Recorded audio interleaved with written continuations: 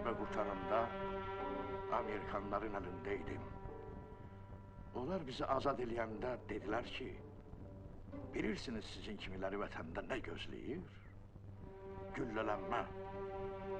Öldürməsələr də Sibirdə çürüdəcəklər.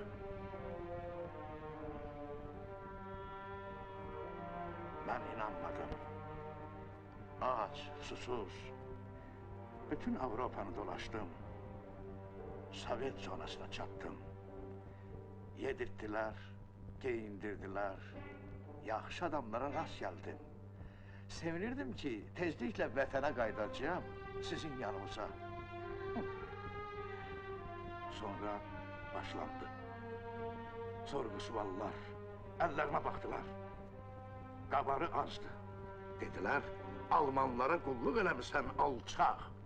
Andaman elədim. Dedim, 2 dəfə qaçmışam. Min əziyyət veriblər, ciddi rejimdə saxlayıblar. İşıq hızı görməmişəm. İnanmadılar.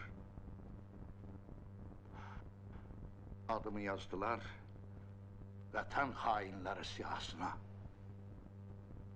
Mən də qaçdım.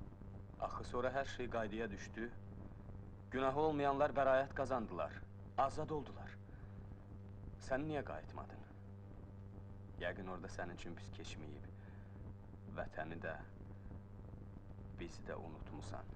Ay oğul, bir Allah şahiddir ki, gecə-gündüz sizi fikirləşmişəm.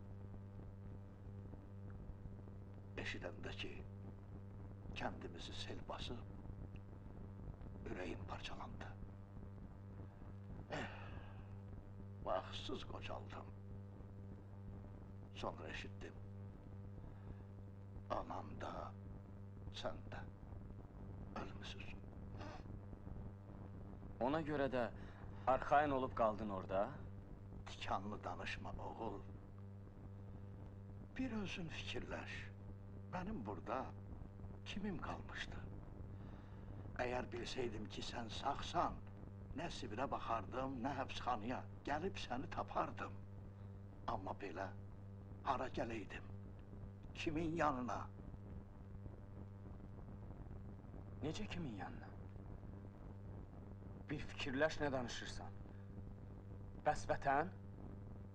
Mənim üstümdə qaçqın damğası vardı. Nə olsun? Nə olsun ki?